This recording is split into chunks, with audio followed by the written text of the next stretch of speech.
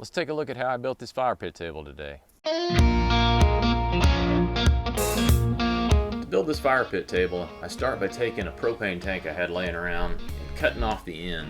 I wasn't sure exactly how far to cut this off and ended up having to cut it shorter after I did this the first time. You can see it's a little deep right now, and I decided that it needed to be shortened up so it would burn a little better. So I went ahead and cut everything down, made some adjustments to it, and then got it ready to go for a test fire.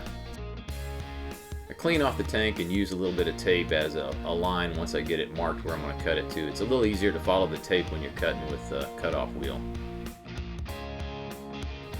I take my time, follow along with the cutoff wheel along the tape edge, and then eventually get cut through all the way to get the rings cut. Once I get them cut, I place it together, make sure it looks about right at this point. Then when I go ahead and go back and cut a grate that I found and try to make a grill in the shape that I need. And I did this by bending it around the inner tube that I had and just clamping it in place, and it bent it, and then I went ahead and went back and re-welded each rod back to the new piece of bent metal. I just set it on a piece of pipe, that extra piece of pipe I had once I got it put together, so I could test fire it and make sure it was burning the way I wanted it to. I kind of wanted it to draw from the outside and keep more of the smoke and flame in the middle, and it seems to be working how I wanted it to. Now that I'm happy with how it's working, I go ahead and start working on the base. I weld together a couple of 2x2 square tubing pieces that I had laying around onto some legs and added some wheels to the bottom of it. I roughly put this together and left it a little tall intentionally so I know later on I'll cut it down to the table height. Then I take some 1-inch square tubing and start cutting notches into it so I can bend it into a hexagon. This way it's easier to hold everything together, and I only have to weld the joints, not the whole piece. The angle, I mark out the angle I want to weld to on my table, and that way I can visually see where I want to hold it down and clamp it right before I weld the joints together to make sure I got the right angles. Using a piece of cardboard, I make a template to go ahead and make some tabs to hold up the bottom of the tank into the stand. This should help with heat transfer. Once I get these cut, I go ahead and weld them in place, and then they'll be ready to go. I also go back and adjust the height of each leg, cut it down so it works with the height I want it to be. Then I weld on some quarter brackets that will also hold up the octagon frame that I built. I intentionally left these pieces long, knowing it would be easier to lay the octagon frame on top and measure where it lines up centered. Then I cut them off and welded that octagon back into place to hold up the tabletop. Once I get everything welded together, I go back with a flap disc and start cleaning up all my welds and bars so I can get everything ready to paint.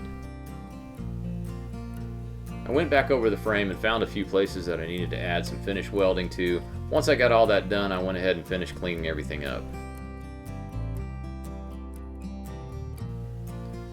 Using a wire wheel in the end of the angle grinder, I was able to take off all the paint and rust from this cap end. So once I got all that taken care of, I was able to go back and paint the frame and add a coat of high temp paint to the tank end. I used regular paint on the frame, thinking that the only place that it could get a lot of heat transfer is on those 4 little tabs, and I don't think that's going to be a problem. But I did go ahead and add the high temp paint on the tank end, and this is where most of the heat will be transferred to when I'm burning a fire. This tank end ended up being a little heavy, so I did have to use the tractor to set it back down inside the frame, but the frame has wheels on it, so it'll be easy to move around. I add legs to my inner fire ring. This should adjust the top so it's level with the outer ring.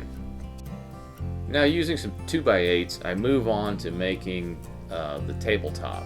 I go ahead and mark these roughly to a little bit longer than I know I'm going to need them, and then I start cutting down all the pieces. Using a Forstner bit, I drill some holes partially way through the board so I can use screws and attach these kind of like pocket holes. Once I get these cut and drilled, I add some glue to the seams, lay them together, and kind of use screws to clamp everything together and hold it tight. I think this will work for the long term.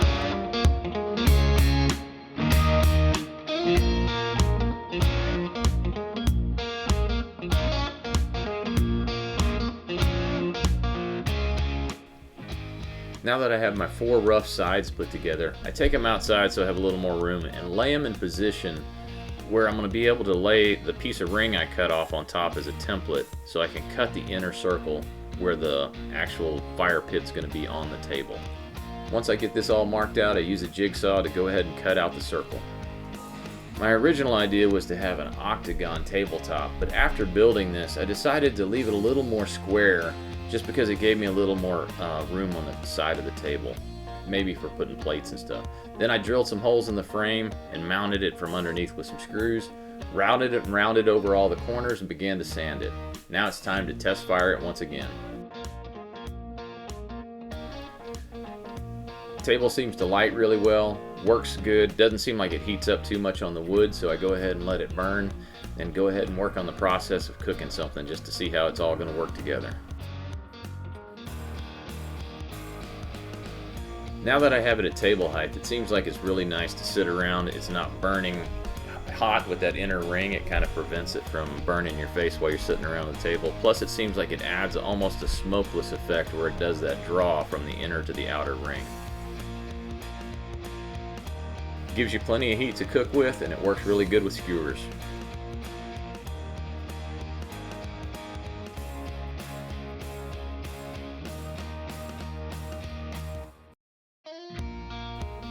I considered my first test cook a success, so then I went on to adding a little bit of finish to the table. I just added some Watco oil, and then this is some beeswax finish, so it gives it a little bit of waterproofing. Now I'm reassembling the table. That inner ring is never mounted in there, it just sits. And then I can add the extra grates, and then I built a piece to hold up pots in the center, so this will give it a little extra cooking space. Since all these pieces are modular, it makes it a little easier for me to go back and change its configuration when I want to. I can either have it as an open fire pit, a cooking table, or even change the configuration of the grates and stuff while I'm cooking on it.